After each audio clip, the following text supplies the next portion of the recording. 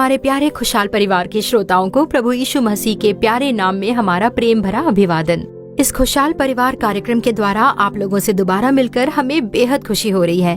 आज के इस दिन पहला स्थान प्रभु यीशु को, तो इसी शीर्षक पर हम कार्यक्रम देखेंगे। चाहे हमारा रोजमर्रा का जीवन हो या फिर हमारा परिवार हो, पढ़ाई, नौकरी, कारोबार, चाहे कोई भी काम क्यों न हो, जब हम पहला स्थान प्रभु यीशु को देते हैं तभी उस काम में जीत और आशीष प्राप्त होती है। सबसे पहले परमेश्वर का राज्य और उसकी धार्मिकता की खोज करो, तभी ये सभी वस्तुएं तुम्हें दी जाएंगी। ऐसा हम पवित्र बाइबल में पढ़ सकते हैं। तो जब हम प्रभु यीशु को हमारे जीवन में प्राथमिकता देते हैं, तभी हम हमारे जीवन में जिन भलाइयों की अपेक्षा कर रहे हैं उसे पूर्ण रूप से पा सकते हैं। तो आइए देखते हैं ज्योति दीदी कार्यक्रम, जिसका हम सबको इंतजार है। खुशहाल परिवार।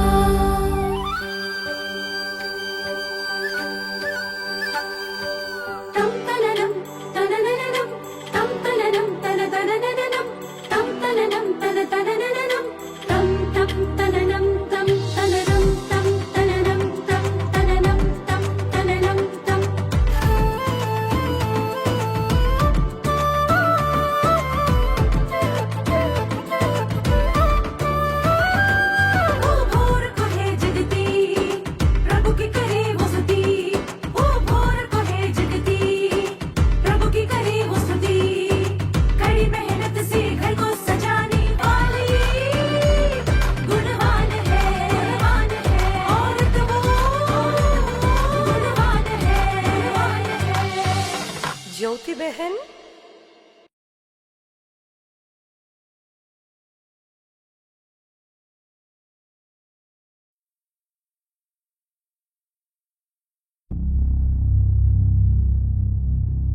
आजकल तुम दोनों बिल्कुल ठीक नहीं कर रहे। क्या बात है मम्मी? पिछले हफ्ते भी मैंने कहा था आधे घंटे पहले ही हमें चर्च पहुंचना चाहिए, पर तुम लोग दोनों तो अब तक तैयार भी नहीं हुए। अभी तैयार हो जाएंगे मम्मी, आखिर जल्दी जाकर क्या करेंगे? गीत भी बहुत बोर लगते हैं। ये क्या बकवास कर रहा है तू? जब से तेरा कॉलेज जाना शुरू हुआ है तब से तेरी बातें और तेरा बर्ताव दोनों बदल गए हैं, और तेरा भी वैसा ही है, धीरे धीरे नीचे की ओर जा रही है। पहले तो बराबर समय पर चर्च आती थी, अब क्या हो गया तुझे? मम्मी, कभी कभार तो देरी होती है मुझसे, इसकी तरह हमेशा तो देरी से नहीं आती ना। अरे वाह, जैसे कि ये 1 घंटे पहले ही जाकर चर्च में बैठ जाती है। अब तुम लोग दोनों बातें करना बंद करो और चर्च जाने की तैयारी करो। चलो।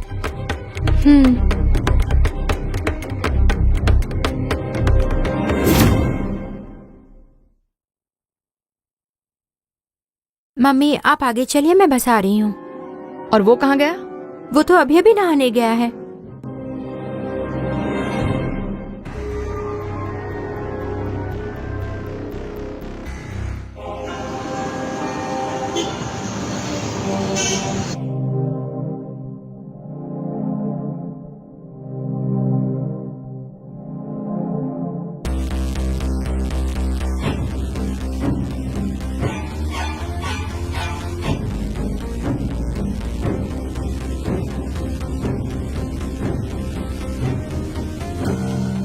मर्सी, तुम सर्विस खत्म होने से पहले ही क्यों चली आई?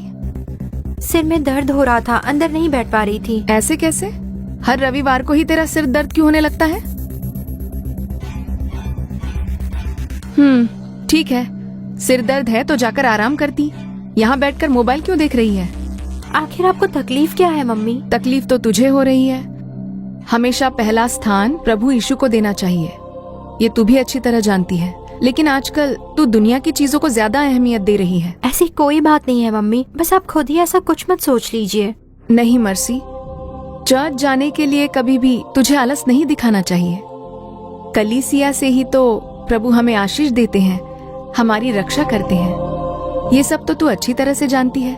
आज कई सारे लोग चर्च को काफी देरी से आते हैं और सर्विस खत्म होने से पहले ही वहाँ से निकलने की जल्दबाजी में रहते हैं। अब धीरे धीरे तू भी तो वैसा ही कर रही है। मैंने एक दिन ऐसा क्या कर लिया जो आप इतना एडवाइस दे रही हैं? ये ठीक नहीं है मम्मी। सिर्फ एडवाइस नहीं, पर तेरी जिंदगी की सारी आशीषें भी इसी में है। हाँ, लेकिन मेरी बातें सुनकर तू बोर हो रही है ना? नहीं तो मम्मी, मम्मी,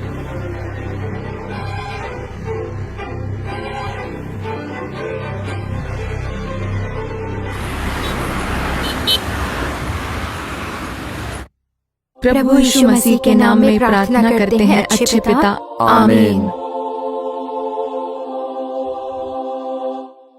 अच्छा, अब तुम दोनों जाकर जल्दी से सो जाना। सुबह जल्दी से उठकर तुम दोनों को प्रार्थना करनी है, ठीक है ना? ठीक है मम्मी। तू क्या ऐसे देख रहा है? वक्त पर जागना ही उसके लिए बड़ी बात है, ऊपर से आप उसे जल्दी उठने के लिए कह रही हैं, इसीलिए ऐसे देख रहा है। अच्छा चलो, काफी देर हो रही है।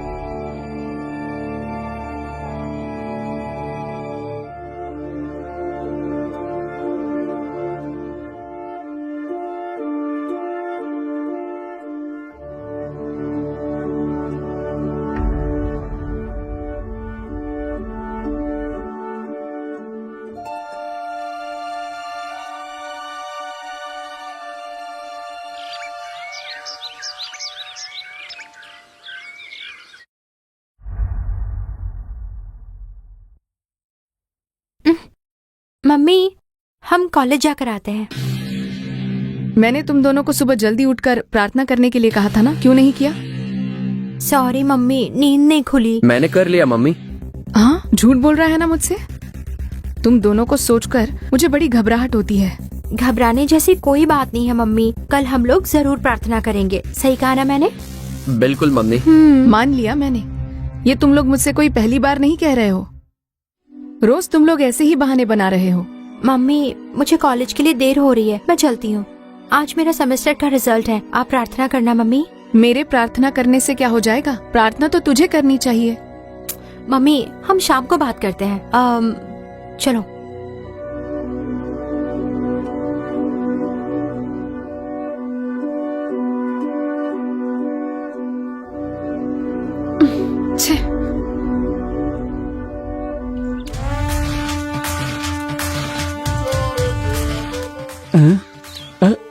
ये अरे बाप रे,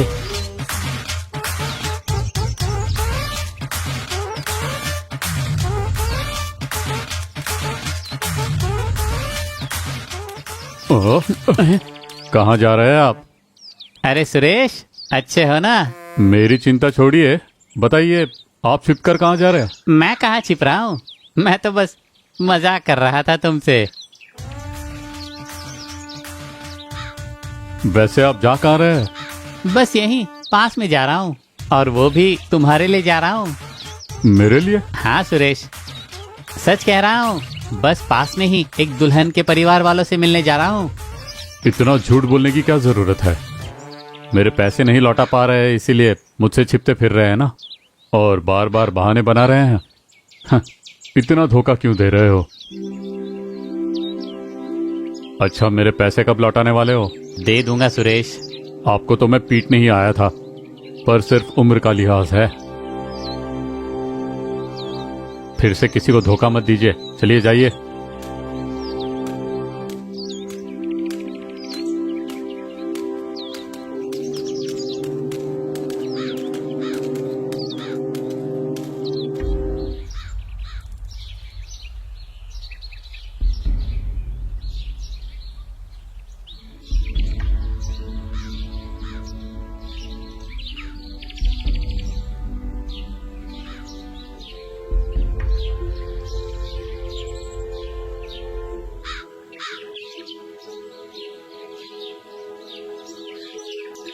क्या हुआ? तुम दोनों के चेहरे इतने उतरे हुए क्यों हैं?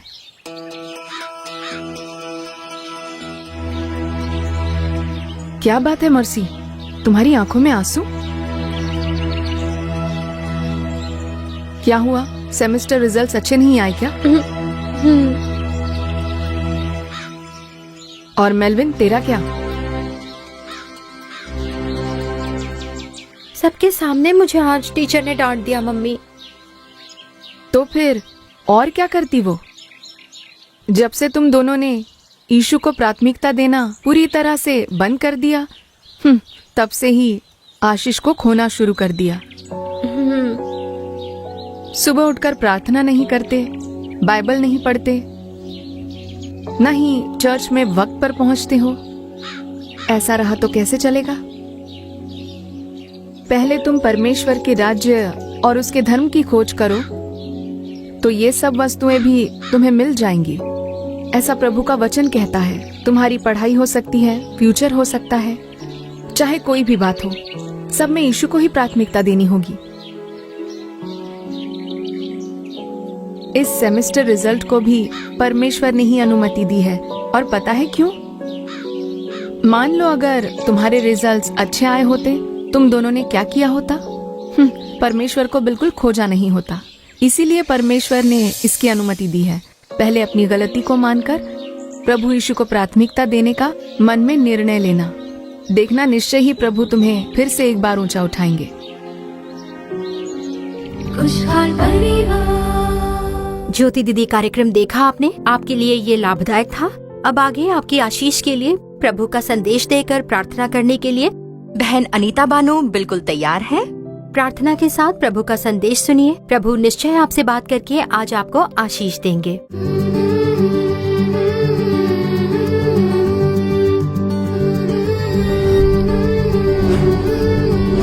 खुशहाल परिवार।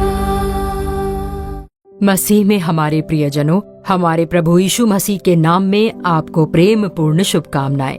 आज भी इस खुशहाल परिवार कार्यक्रम के द्वारा आप लोगों से मिलकर हमें बेहद खुशी हो रही है। हम आपका प्रेम पूर्वक इस कार्यक्रम में स्वागत करते हैं। तो हमारे प्रियजनों, आज प्रभु हमसे जो बात करना चाहते हैं वो है पहला स्थान यीशु को। आज के समय में हम लोग देखते हैं कि हर व्यक्ति अपने जीवन में किसी न किसी चीज को पहला स्थान जरूर देता है। कुछ लोग रिश्तों को पहला स्थान देते हैं, कहते हैं मेरे दोस्त वही मेरे सब कुछ हैं। कुछ कहते हैं मेरी माँ, कुछ कहते हैं मेरी पत्नी। इस तरह रिश्तों को पहला स्थान देते हैं। कुछ लोग देखिए गलत संबंध को पकड़े रहते हैं और उसी को अपना जीवन मानते हैं। और कुछ लोग अपनी कार को, कुछ लोग अपनी बाइक को, तो कुछ लोग मोबाइल को प्राथमिकता देते हैं। तो कई लोग अलग अलग तरह की चीजों को अपने जीवन में प्राथमिकता देते हैं। कुछ लोग खेलों में रुचि रखते हैं, क्रिकेट, फुटबॉल, हॉकी, इस तरह खेलों को प्राथमिकता देते हैं। और तो और कुछ लोग हैं जो मनपसंद कपड़ों को प्राथमिकता देते हैं। उन्हें जो कपड़े ज्यादा पसंद हैं उसे वो बहुत पसंद करते हैं, प्राथमिकता देते हैं। कुछ लोग खाने पीने को, ऐसे कई सारी चीजों को हम देख सकते हैं। इस तरह हर कोई किसी न किसी चीज को पहला स्थान देता है। लेकिन यहाँ कहा गया है कि पहला स्थान यीशु को देना जरूरी है। तो हर एक लोगों की अपने जीवन में कोई प्राथमिकताएं हैं। यहाँ पर कितनी सारी खोजें हुई हैं, बहुत सी चीजें बन चुकी हैं, लेकिन हमें पहला स्थान यीशु को क्यों देना है, इसके बारे में हमने अब तक कोई खोज नहीं किया। इसीलिए अब तक उन्हें पहला स्थान नहीं दिया। तो देखिए, इतने सभ्य दुनिया में, इस तकनीकी दुनिया में हमें जिसे पहला स्थान देना है, टेक्नोलॉजी की भरमार इस संसार में जिसे हमें सबसे पहले स्थान देना है, प्राथमिकता देनी है, और अब तक हम उन्हें प्राथमिकता नहीं दे पाए। इसीलिए हमारे जीवन में इतनी समस्याएं, इतने संघर्ष हैं, इतने संकट होते रहते हैं। तो प्रियजनों, अगर आपसे कोई पूछता है कि आपकी माँ कौन है, आपके पिता कौन है, आप किस नगर के हैं, आपके परिवार में कितने सारे लोग हैं, तो आप सब विवरण उन्हें बताएंगे। लेकिन जिसने आपको बनाया है, जिसने आपकी सृष्टि की है, उसके बारे में अगर कोई आपसे सवाल करता है, पूछता है कि कोई है जिसने आपकी सृष्टि की है, वो कौन है, तो आप उसका जवाब नहीं दे पाएंगे। नहीं पता ना आपको कि हम कहाँ से आए, क्यों इस दुनिया में जी रहे हैं, इस जीवन के बाद हम लोग कहाँ जाएंगे, इतना बड़ा संसार क्यों है? क्या आपने कभी इसके बारे में सोचा? क्या आपने अपने सृष्टिकर्ता के बारे में जानने की कभी कोशिश की है, जिसने आपको सुंदर आंखें दी, शरीर के अलग अलग अंग दिए? वो एक महान परमेश्वर है। क्या आपने उसे कभी पहचाना? तो मेरी बात पर ध्यान दीजिए। उत्पत्ति की पुस्तक अध्याय 1 और वचन क्रमांक 27 में लिखा है, तब परमेश्वर ने मनुष्य को अपने स्वरूप के अनुसार उत्पन्न किया। मतलब हम परमेश्वर के स्वरूप में बनाए गए हैं। मतलब प्रभु ने इंसान को अपने ही स्वरूप में बनाया है। तो जब हम ये जानेंगे तभी तो उन्हें प्राथमिकता दे पाएंगे, है कि नहीं? तो जान लीजिए कि हमारी सृष्टि कैसे हुई है। जिस तरह परमेश्वर है, जिस तरह प्रभु खुद हैं, उसी तरह उन्होंने मनुष्य को भी बनाया है। अब देखिए, उत्पत्ति अध्याय 5 और उसके पहले 2 वचनों में लिखा हुआ है कि परमेश्वर ने मनुष्य की सृष्टि की और उसके बाद उनका नाम आदम रखा। तो देखिए, मनुष्य को आदम का नाम देने वाले कौन थे? परमेश्वर। परमेश्वर ने आपकी सृष्टि की है। हम बस अपने आप को इंसान इंसान इंसान कहते हैं, मनुष्य कहते हैं, पर हमें मनुष्य का नाम देने वाले खुद प्रभु परमेश्वर हैं। तो परमेश्वर ने ही हमें मनुष्य ऐसा नाम दिया था। तो इसीलिए हमें जानना चाहिए कि जिसने हमें बनाया है वही प्रभु है, वही सृष्टिकर्ता परमेश्वर है जिसने हमें उत्पन्न किया है। और जब हम ये जानेंगे तभी हम उन्हें पहला स्थान दे पाएंगे। अगर नहीं जानेंगे तो कैसे हम उन्हें पहला स्थान दे पाएंगे?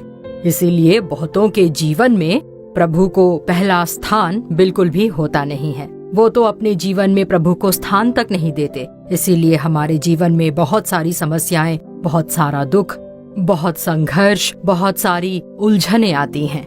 हम संघर्षों में फंस जाते हैं। इसीलिए हम छोड़े हुए स्थिति में आंसुओं के साथ इधर उधर भागते हैं। कहाँ जाएं, कैसे जाएं, लोगों की बातें सुनकर यहाँ वहाँ दौड़ते रहते हैं, क्योंकि हम अपने सृष्टिकर्ता परमेश्वर को बिल्कुल जानते नहीं हैं। देखिए, बाइबल में भी एक मनुष्य के बारे में लिखा हुआ है। उस मनुष्य को प्रभु कौन है ये पता नहीं था। इसीलिए उसने प्रभु के बच्चों को बहुत सताया, बहुत दुख दिया, बहुत ही कष्ट पहुंचाया। उसके बारे में बाइबल में ये लिखा हुआ है, एक दिन प्रभु ने उस मनुष्य को अपने आप को प्रकट करना चाहा। प्रेरितों के काम अध्याय 9 और वचन 5 में हम इसके बारे में पढ़ सकते हैं। प्रभु ने एक मनुष्य को अपने आप को प्रकट किया। जब उसने वो प्रकाश देखा तो उसने प्रभु से ये पूछा कि आप कौन हैं? तब प्रभु ने अपने आप को प्रकट करते हुए जवाब दिया कि मैं वही यीशु हूँ जिसे तू सताता है। इस तरह प्रभु ने उसे जवाब दिया।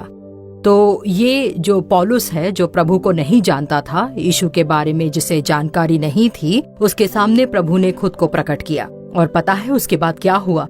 उसी यीशु को देखकर पौलुस ने पहली बार पूछा कि बताइए प्रभु, आप क्या चाहते हैं कि मैं करूं? देखा, प्रभु को ना जानने के कारण हम अपनी इच्छा से, अपने मन से, अपने उद्देश्य से ही जीते हैं। ये नहीं जानते कि वो हमें किस काम के लिए उपयोग करने वाले हैं। इसीलिए हम खुद निर्णय लेते हैं, अकेले ही दौड़ते रहते हैं और फिर समस्याओं में पड़ जाते हैं, परेशानियों का सामना करते हैं। तो मेरे प्रियजनों, आज जब आप ये वचन सुन रहे हैं, तब जिस प्रभु ने उस दिन पौलुस से मुलाकात की थी, वही प्रभु आज आपसे मुलाकात कर रहे हैं, आपसे बात कर रहे हैं और आपसे कह रहे हैं कि तुम्हें मैंने बनाया है, तुम्हारी सृष्टि मैंने की है। तो प्रभु आपसे यही बात कर रहे हैं। इस वचन को सुनने वाले प्रभु के लोगों, हो सकता है आप प्रभु को जानते हो या ना जानते हो, आप उन्हें प्रेम कर सकते हो या प्रेम ना करते हो, आप कोई हो जो उन्हें स्वीकार करते हो या ना करते हो, लेकिन आपको बनाने वाला एक प्रभु है और वो है यीशु। उनका नाम है यीशु। वही इस आकाश और पृथ्वी को बनाने वाले हैं, वही संसार की सृष्टि करने वाले प्रभु हैं, वही आपको और मुझे बनाने वाले हैं।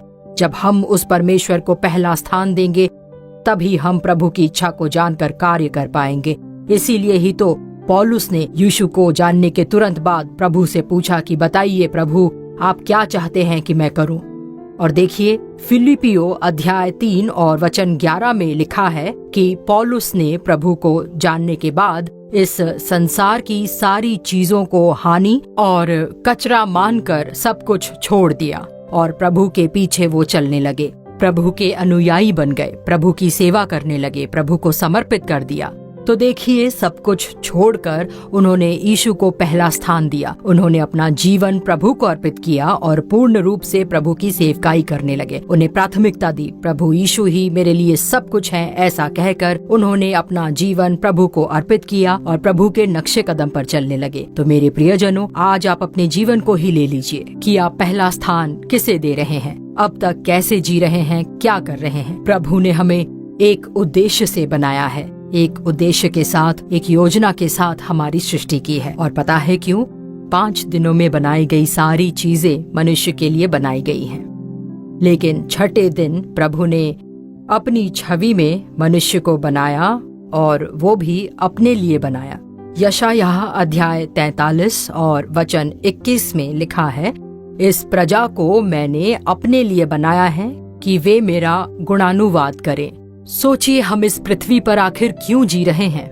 बस एक ही कारण है, हम सब इस संसार की बातों में दौड़ते रहते हैं, कमाते हैं, वो सब तो ठीक है, लेकिन जब हम इस संसार को छोड़कर आगे जाएंगे तो क्या इस संसार से कुछ भी साथ ले जा पाएंगे? कुछ भी साथ ले जाना संभव नहीं। प्रभु ने हमें जिस उद्देश्य से बनाया है, जानते हैं क्या है? उनकी स्तुति करने के लिए, उनका धन्यवाद करने के लिए। तो प्रभु परमेश्वर के द्वारा उनके ही लिए बनाए गए सृष्टि है हम लोग। तो प्रभु ने सब कुछ किसके लिए बनाया? सब कुछ उन्होंने मनुष्य के लिए ही बनाया और मनुष्य को प्रभु के लिए बनाया। आज एक प्रश्न है, क्या हम प्रभु के लिए जी रहे हैं? क्या हम अपने जीवन में प्रभु को पहला स्थान देते हैं? क्या हम यीशु को जानते हैं? जरा सोचिए तो कि आपके जीवन में आंसू क्यों हैं? आपके जीवन में समस्याएं क्यों हैं? क्योंकि आपके जीवन में यीशु नहीं है। आपके जीवन में यीशु को पहला स्थान नहीं दिया है आपने, इसीलिए इतनी सारी समस्याएं हैं, इसीलिए इतना दुख है। आज प्रभु कह रहे हैं कि मुझे अपने जीवन में स्थान दो बेटा, मुझे अपने जीवन में स्थान देकर तो देखो बेटी। अगर आप अपने जीवन में प्रभु को पहला स्थान देंगे तो प्रभु आपके जीवन में प्रवेश करेंगे और आपके जीवन के सारे पाप के कार्यों को, अपवित्र कामों को, अशुद्ध कामों को वो हटा देंगे, उन्हें दूर कर देंगे।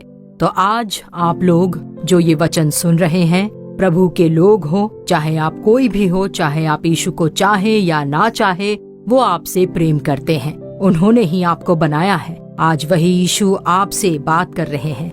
आज जब आप अपने जीवन में यीशु को स्थान देंगे तो आपका जीवन बदल जाएगा, आपका जीवन बदलेगा और आप उनके संतान बन जाएंगे। इसीलिए परमेश्वर का वचन कहता है, मत्ती अध्याय 6 वचन 33, इसीलिए पहले तुम परमेश्वर के राज्य और उसके धर्म की खोज करो तो ये सब वस्तुएं भी तुम्हें मिल जाएंगी। आपको खोजने की जरूरत नहीं, आशीर्वाद को खोजने की जरूरत नहीं, यहाँ खोजना है, वहाँ खोजना है, यहाँ देखना है, वहाँ देखना है, ऐसा नहीं है। आपको बनाने वाले परमेश्वर को आपकी जरूरत पता है, वो अच्छी तरह जानते हैं आपको क्या चाहिए। आपको उत्पन्न करने वाले परमेश्वर को आपकी जरूरतें पता है। अगर आप उनकी इच्छा के केंद्र में रहेंगे तो काफी है। प्रभु आपको मार्ग दिखाएंगे, सांसारिक जीवन में कोई कमी नहीं होगी। प्रभु ने खुद कहा है कि मेरे खोजियों को किसी भली वस्तु की घटी ना होगी। भजन संहिता 34:10 में यह है। अगर आप प्रभु को खोजेंगे तो वो आपके जीवन में कोई कमी नहीं रखेंगे। वही आपसे बात कर रहे हैं इस समय। क्या आप आज इस यीशु को पहला स्थान देंगे? इस समय इस वचन को सुनने वाले प्रभु के लोगों, अपने जीवन में यीशु को स्थान दीजिए, यीशु को स्थान दीजिए। आज ही इस वचन को सुनकर अपने संपूर्ण जीवन को मन की गहराई से सबसे पहले तो प्रभु यीशु को प्राथमिकता दीजिए। वही आपकी सृष्टि करता है। अगर आप उन्हें पहला स्थान देंगे तो आपके जीवन में कोई कमी नहीं होगी। आइए आंखें बंद करके प्रार्थना करें। आज ही मैंने इस वचन को जाना है, आज से मैं प्रभु यीशु को पहला स्थान दूंगा, ऐसा कहने वाले अपने घुटने टेक कर प्रभु के चेहरे की ओर देखिए। प्रभु यीशु ने आपको बनाया है, उन्होंने ही आपके लिए खून बहाकर आपको छुड़ाया है और वही कह रहे हैं, तुम्हें अगर स्वर्ग में आना है तो बस मैं ही मार्ग हूँ, मैं ही सत्य हूँ और मैं ही जीवन हूँ, ऐसा वो कहते हैं। बिना मेरे कोई भी स्वर्ग में प्रवेश नहीं कर सकता, ऐसे खुद प्रभु यीशु ने कहा है। वो आपसे कितना प्रेम करते हैं, प्रभु ने आप पर कितना प्रेम रखा है। उस प्रभु को बिना जाने जीवन जीना सच में कितनी ही दयनीय स्थिति है। आमीन। आज इस समय इस वचन को सुनने वाले आप प्रभु के चरणों में अपने आप को अर्पित करके प्रार्थना करें। वो यीशु आपके जीवन में आएंगे। कितना मधुर जीवन होने वाला है। यीशु के साथ जीना, यीशु को पहला स्थान देकर जीना हमारे जीवन में कितनी महानता और आशीर्वाद लाएगा। प्रिय प्रभु, आप इस वचन को सुन रहे इन बच्चों से मिल रहे हैं। परमेश्वर, जो अपने जीवन में आपका स्वागत करते हुए प्रार्थना कर रहे हैं, अपने आप को अर्पण कर रहे हैं, उनके जीवन में आप प्रवेश कीजिए। जिस तरह आप जक्कई के घर गए थे, उनके जीवन में प्रवेश किया था, एक बहुत बड़ा बदलाव किया था। इस समय ये बच्चे आपको पुकार रहे हैं। ये लोग आपको जानना चाहते हैं। वे पुकार रहे हैं कि आप उनके जीवन में पहला स्थान लीजिए। पिता, जो लोग ऐसे पुकार रहे हैं, उनके जीवन में बड़ा परिवर्तन कीजिए। परमेश्वर, वे आपको जान ले, वे अपने जीवन में आपको पहला स्थान दे। हे प्रभु, ऐसे प्रेम के लिए धन्यवाद। हमारी प्रार्थना सुनने के लिए आपका धन्यवाद। आपके महान नाम को ऊंचा उठाकर महिमा देने के प्रेम के लिए धन्यवाद। आपके नाम की महिमा हो। यीशु के नाम में प्रार्थना करते हैं अच्छे पिता। आमीन, आमीन। खुशहाल परिवार। प्रियजनों, आशा है कि आज का ये कार्यक्रम आपके लिए लाभदायक रहा होगा। आपने जो आशीष और भलाइयों को पाया है, उसे हमें बताना बिल्कुल भूलिए मत। आपकी प्रार्थना विनती कोई भी क्यों न हो, उसे चिट्ठियों के द्वारा या ईमेल के द्वारा हमें बताइए। आपके लिए प्रार्थना करने और सलाह देने के लिए भाई मोहन सी लाजरस और प्रभु के दूसरे दास बिल्कुल तैयार हैं। हमारे Jesus redeem social media platform के दूसरे कार्यक्रम देखना मत भूलिए। अपने परिवार समेत उससे जुड़ जाइए। फिर अगले कार्यक्रम में आपसे दोबारा मुलाकात होगी। तब तक परमेश्वर की महान कृपा आपके संग बनी रहे। For further details and prayer support, contact Jesus Redeems Ministries, Naulumavadi, Tuticorin District, 628211. Our phone number 04435454545. Email info@jesusredeems.org. Our website www.jesusredeems.com. God bless you.